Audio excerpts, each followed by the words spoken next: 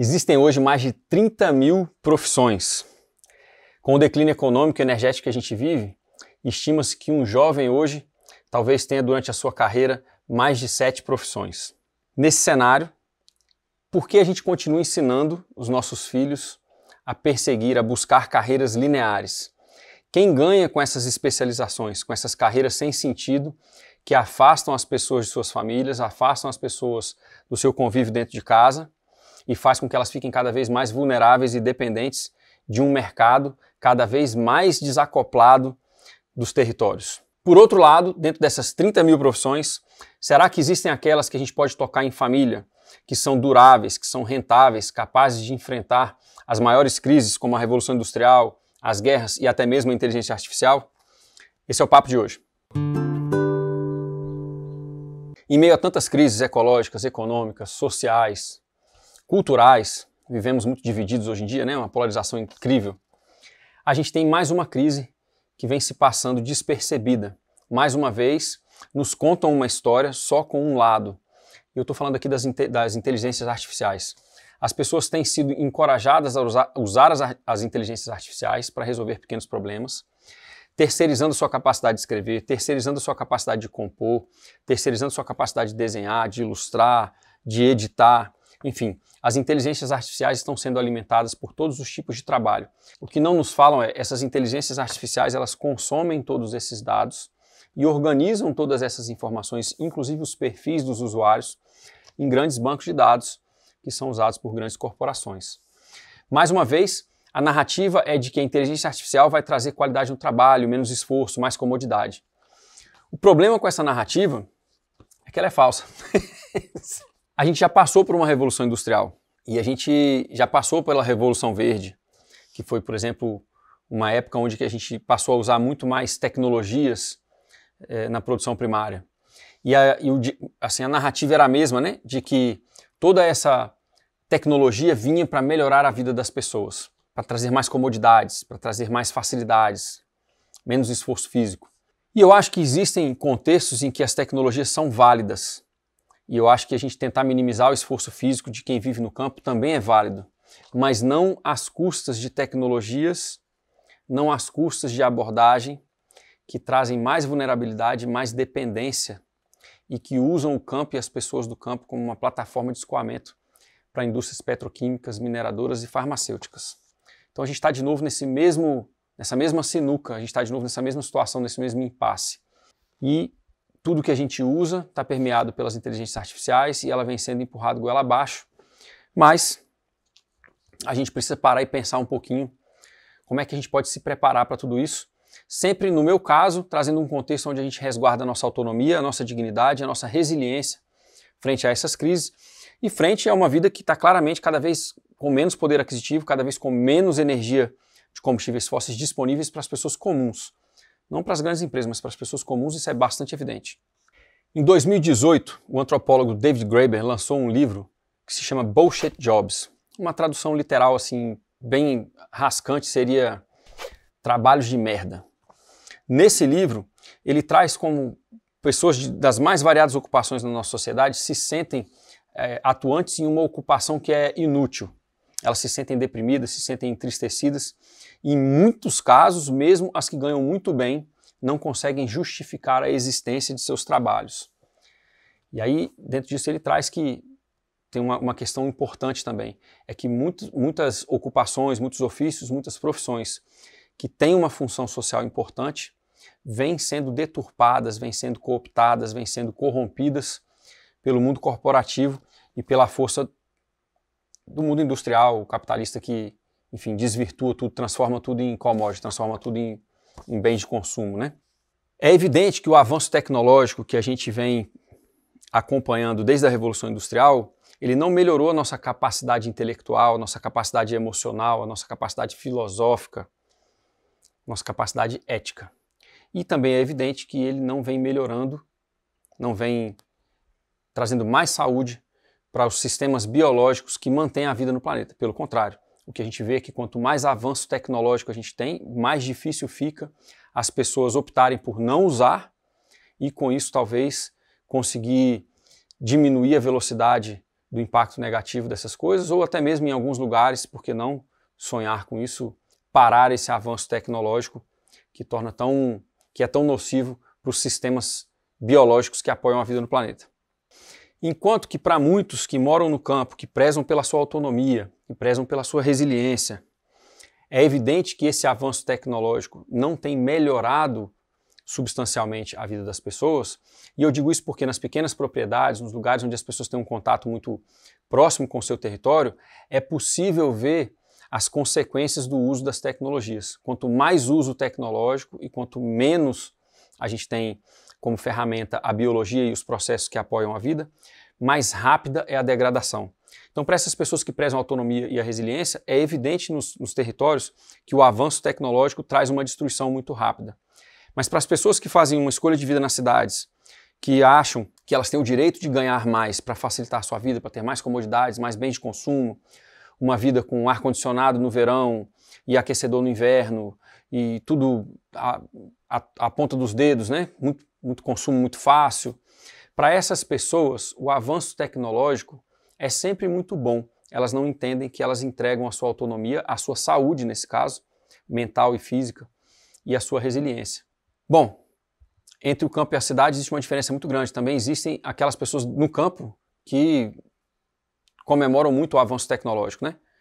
Não é de se assustar que normalmente nos lugares onde se comemora muito o avanço tecnológico é onde se avança muito também o desmatamento, a erosão, a perda da capacidade do solo de sustentar vida, de manter uma ciclagem de nutrientes saudável. Então, quanto maior for o contato da pessoa com a natureza, quanto maior for a sensibilidade da pessoa, quanto maior for a alfabetização ecológica da pessoa, mais facilmente ela vê que os avanços tecnológicos eles tendem muito rapidamente a degradar não só o meio ambiente, mas também a vida das pessoas, a saúde mental e física das pessoas, principalmente das que vivem na ponta dessa mudança, que são as pessoas que vivem no campo. Analisando a história, a gente vê que as elites elas sempre tentam manter uma viabilidade econômica e uma viabilidade energética para manter o controle populacional durante o avanço dos impérios. Mas na medida em que a complexidade social, cultural começa a aumentar demais, o retorno dessa energia empregada no controle, na construção de uma sociedade coesa, muito embora nem sempre saudável, fica cada vez menor. Isso ficou conhecido num livro de 1988, de também um antropólogo, o Joseph Tainter, que é O Colapso das Civilizações Complexas. Isso ficou conhecido como a lei dos retornos diminuídos. Na medida em que a sociedade se complexifica cada vez mais, o investimento na energia e na economia para controlar essa sociedade tem cada vez menos retorno. E a gente vê isso claramente. A gente vive uma sociedade cada vez mais polarizada e a gente vê os esforços nas narrativas, nas medidas políticas, ecológicas, sanitárias, sociais, que elas têm muito mais a ver com o controle da população, com manter uma população pacata, alienada, apaziguada, do que com a saúde, a autonomia e a resiliência das pessoas comuns como eu e você. Isso é fácil de perceber, é só olhar à sua volta se as leis que estão sendo passadas te dão mais ou menos poder de decisão sobre a sua vida. Se o tipo de economia que está sendo praticado te dá mais lateralidade nas suas decisões para criar mais autonomia ou menos. É simples ver isso, né? É só a gente dar uma olhada em volta. Então esse trabalho do Joseph Tainter, junto com o trabalho do David Graeber, que são dois antropólogos, mostram para a gente a fragilidade da nossa sociedade. O do David Graeber mostra para a gente o fracasso da complexificação nos trabalhos, que cada vez mais pessoas têm trabalhos que não são significativos. E o Joseph Tainter mostra para a gente que quanto mais a gente se complexifica como sociedade, mais difícil fica para as elites controlar todo o território ocupado, né? Criar uma narrativa coesa e tal. Daí a gente vê o esforço muito grande, midiático, das grandes empresas tecnológicas, de tanta censura que a gente vive hoje, à direita e à esquerda, muito embora alguns não queiram admitir. O Joseph Tainter ele explica ainda que, embora colheitas possam falhar, guerras existir, degradação ambiental ser muito acelerada, o que realmente leva uma civilização ao colapso é o colapso da economia. E aqui, de novo, não é difícil a gente perceber o colapso econômico que a gente vive. Em todos os países, né? Desde os países desenvolvidos até os países em desenvolvimento, o poder aquisitivo real das pessoas só tem caído desde a década de 70. São dados também estatísticos que estão aí para quem quiser pesquisar. 3 questões são centrais para a gente entender o colapso que a gente vive. A primeira delas é que os países que hoje são países desenvolvidos tiveram na base de sua economia, no começo do seu desenvolvimento, economias domésticas e agrárias descentralizadas. Economias domésticas, informais, autônomas e uma base territorial onde os pequenos territórios, as biorregiões, trocavam o excedente e construíam uma nação onde os sistemas alimentares eram descentralizados. A segunda questão que a gente precisa entender, que decorre da primeira, é que nenhuma nação vai conseguir ser saudável economicamente, saudável socialmente, saudável culturalmente, se o seu tipo de produção primária, se a sua agricultura e a sua pecuária não melhoram os lugares em que ocupam. Se isso não acontece, a médio e longo prazo, essas nações, por mais que elas consigam explorar os recursos naturais e criar um excedente falso, né? Porque só cria um excedente econômico, mas às custas de um subsídio energético fóssil. Mas elas criam um excedente por um tempo e depois esses lugares começam a se degradar. Já é essa a situação que a gente vive em muitos lugares, né? Os lugares onde a gente tem muita degradação ambiental são os lugares onde a gente também tem muita violência, são os lugares onde a gente também tem muitos problemas sociais. De novo, não é difícil perceber. Percebam, aonde avança o garimpo detonando a Amazônia. É onde a gente tem conflitos de grileiros de terra, de mineradores, de grandes empresas que colocam pessoas para atuar como... Parece que elas são pessoas sozinhas, né? Mas são pessoas que estão atuando em nome de corporações. As chacinas dos povos indígenas, né? Um genocídio. Pensa de novo também a Caatinga. Né? Na medida em que a Caatinga, um bioma importante brasileiro, nós temos o semiárido mais populoso do mundo, né? Ele vai se degradando, nós criamos os nossos refugiados climáticos. O Brasil tem refugiados climáticos há muito tempo. Toda vez que tem seca no Nordeste, na medida em que a gente não consegue reverter os processos de degradação da Caatinga, o Nordeste perde a sua população e essas pessoas se vulnerabilizam em outros estados. E assim consecutivamente, na medida em que a gente desmata a Mata Atlântica e não torna possível assentamentos humanos, não torna possível habitar de um jeito integrado com a natureza, as pessoas vão favelizando, né, morro acima. Então também não é difícil de perceber. Aonde existe uma degradação ambiental, existe uma vulnerabilidade, uma violência social. Fiz aqui umas pontes para vocês, mas vocês podem perceber isso no mundo inteiro. A terceira questão que a gente tem que entender para entender o avanço do colapso que a gente vive é a questão da economia desenvolvimentista, a esquerda e a direita. Nós temos um paradigma econômico que acha que a economia está desacoplada dos sistemas naturais e faz a gestão desses sistemas. É o contrário. Esses sistemas naturais englobam a economia e ela está contida dentro da biocapacidade desses sistemas. Se a nossa atividade econômica não respeita a capacidade dos ecossistemas de se restaurarem a cada vez que a gente interfere com eles, nós vamos fazendo saques numa poupança ecológica que não fomos nós que criamos. Nós vamos fragilizando os ecossistemas. E, infelizmente, esse paradigma econômico desenvolvimentista, ele está, como eu falei, à esquerda e à direita. Nós vivemos hoje, né, o 5º mandato do governo Lula-PT, e você pode ver que as leis que são passadas continuam no sentido da devastação em nome do desenvolvimento. É possível desenvolver uma economia sem degradação, mas os critérios precisam ser sociais e ecológicos antes de serem econômicos. Nós precisamos de uma economia que respeite a autonomia, a resiliência, a dignidade e a saúde das pessoas comuns. Percebam que o que tem sido apresentado como solução ecológica não respeita esse parâmetro de melhora da autonomia, resiliência, saúde, dignidade das pessoas comuns. O que está sendo apresentado como medidas climáticas, medidas ecológicas, medidas sustentáveis, entre aspas, são ações que centralizam ainda mais poder e território nas mãos de corporações e fazem com que a população pague ainda mais o preço dessas decisões. Sendo essa economia desenvolvimentista o paradigma que impera tanto à direita como à esquerda, como eu falei, é seguro concluir que nós não teremos, vindos dos governos centralizados, dos estados, soluções que realmente amparem a saúde dos sistemas biológicos que mantêm a vida no planeta. E isso é muito importante porque traz um posicionamento para as nossas vidas, porque nós dependemos diretamente da saúde dos sistemas biológicos que amparam a vida no planeta. Nós somos um animal primata mamífero da megafauna. Na natureza, a sucessão ecológica funciona para aportar cada vez mais animais de grande porte. Os sistemas que aportam a vida de animais de grande porte são sistemas muito complexos. Nós somos um animal de grande porte e nós trabalhamos na simplificação de todos os sistemas. Não nós todos, né? As pessoas que atuam no paradigma industrial, mas nós como espécie, né? Muitos seres humanos atuam na simplificação dos sistemas e não na complexificação. E isso é puxar o tapete debaixo do próprio pé. Fica então a cargo das pessoas que conseguem enxergar o colapso que a gente vive, buscar soluções que são ao mesmo tempo ecologicamente regenerativas, né, que melhoram os lugares onde elas estão, que são socialmente viáveis, mantêm a dignidade, as qualidades de vida das pessoas, o poder de decisão sobre a vida delas, né? E ao mesmo tempo mantém uma economia viável, mas uma economia local, uma economia circular, uma economia baseada em atividades com ética ecológica. Para essas pessoas que entendem e enxergam o colapso e entendem essas questões, a gente precisa adotar atividades e profissões que elas se viabilizem economicamente no paradigma que a gente vive hoje, mas que elas possam ser escalonáveis e flexíveis para funcionar também num colapso.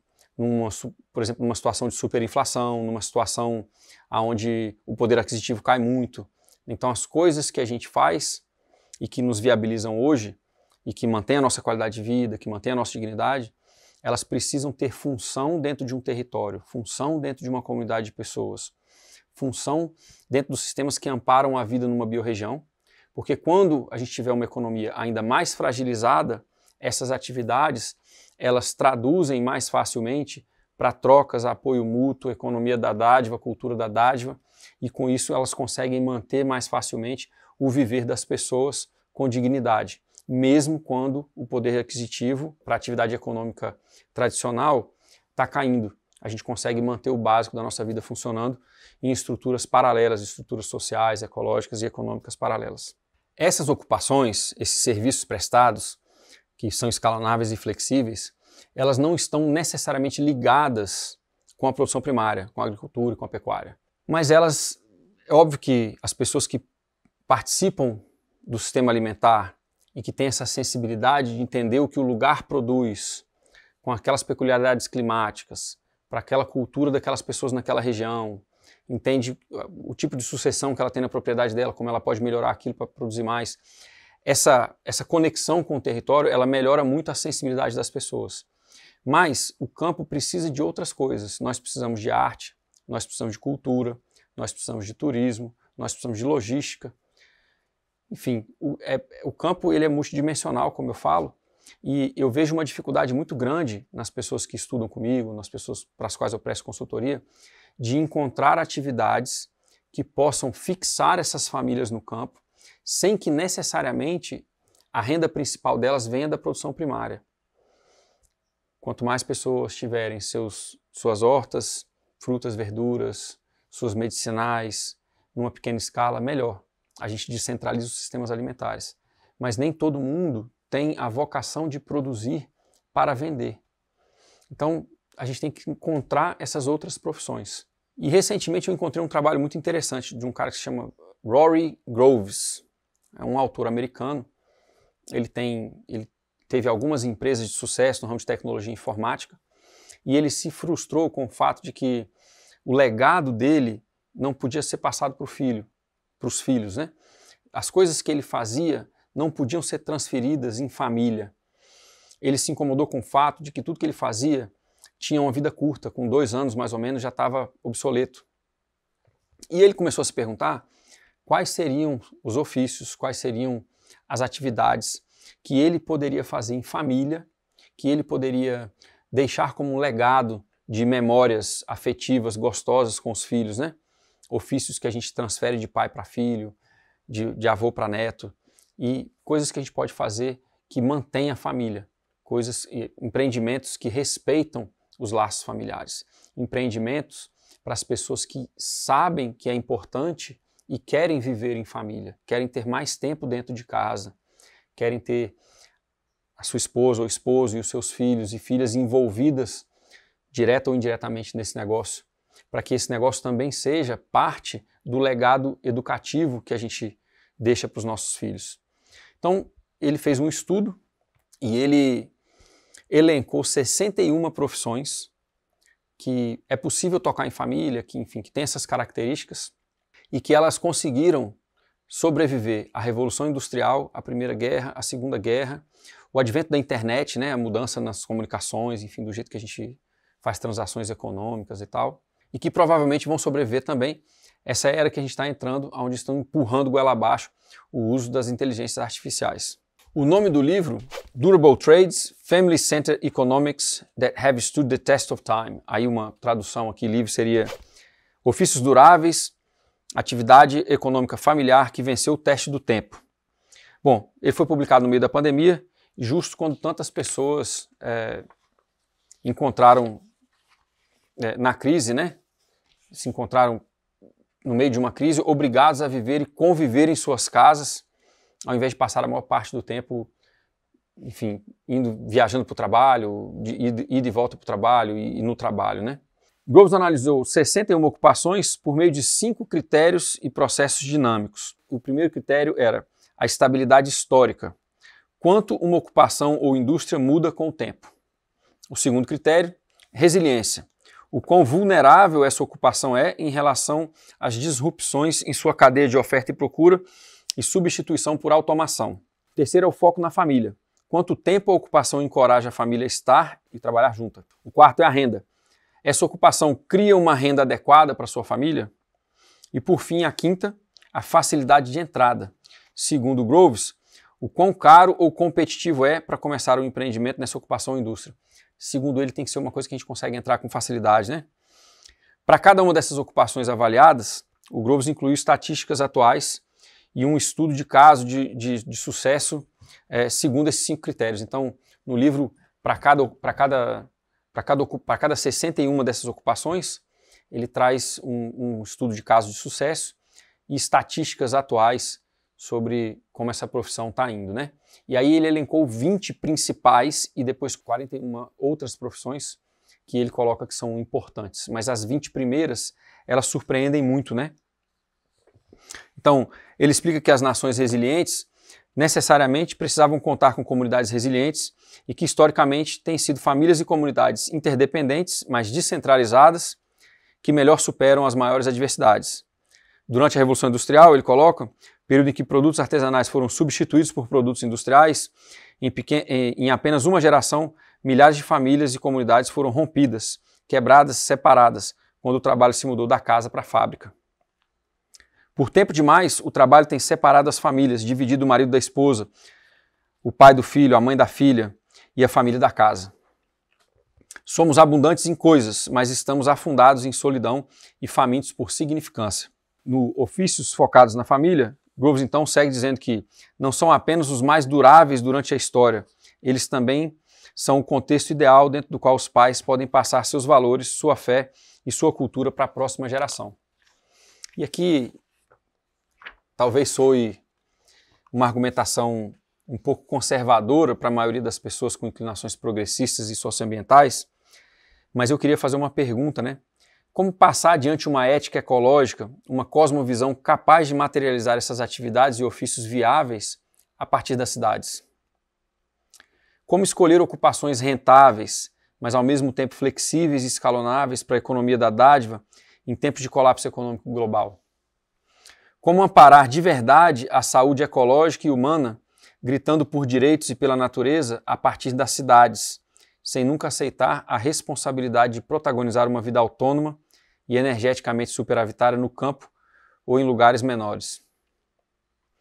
Perguntas que eu faço para quem achar que talvez o trabalho do Groves seja um tanto quanto conservador, né? As ocupações que melhor pontuam nos 5 critérios que o Groves determinou para fazer a pesquisa dele não levam necessariamente a uma vida no campo, mas elas levam necessariamente a uma vida descentralizada, a comunidades autogeridas, a famílias que se posicionam priorizando a sua autonomia, a sua resiliência. E, obviamente, dentro desses critérios, muitas dessas ocupações vão para o campo, né? As primeiras 20 ocupações são, e aí ele, nessa ordem, né? Pelos 5 critérios, as que melhor pontuaram para as que pontuaram menos. A primeira delas, para minha felicidade, eu estou agora incursando no mundo da ovinocultura, é o pastoreio. Pastoreio de animais, criação de animais a pasto. É a ocupação mais antiga e que perdurou todas as crises, né? Depois a gente tem a produção rural, né? Enfim, frutas, hortaliças, pomares. A gente tem as doulas, as pessoas que esculpem em madeira, que fazem arte com madeira. A carpintaria, ele separou essas duas questões. Os pintores, cozinheiros, cervejeiros, as pessoas que trabalham com instalação, com pousadas, né? Pequenos hotéis familiares. Professor particular, pedreiro, a pessoa que trabalha com prata, joias em prata. O intérprete, escritor, açougueiro, o boticário, o psicólogo na posição de conselheiro, o serralheiro, no caso da madeira também, né? De conseguir fazer as madeireiras, o corte das madeiras para construção, e advogado. É interessante que depois ele tem mais 41 profissões, ele segue aqui nessa lista, né? Mas ele chama a atenção para o fato de que a busca pela autonomia influencia tanto as ocupações como as pessoas. As ocupações duráveis tendem a ser complementares entre si. Aí, por exemplo, ele coloca: os pastores produzem animais a pasto, também sabem carnear e cozinhar esses animais. Ou o dono de pousada, que é bom em carpintaria e construção e também é mestre cervejeiro, né?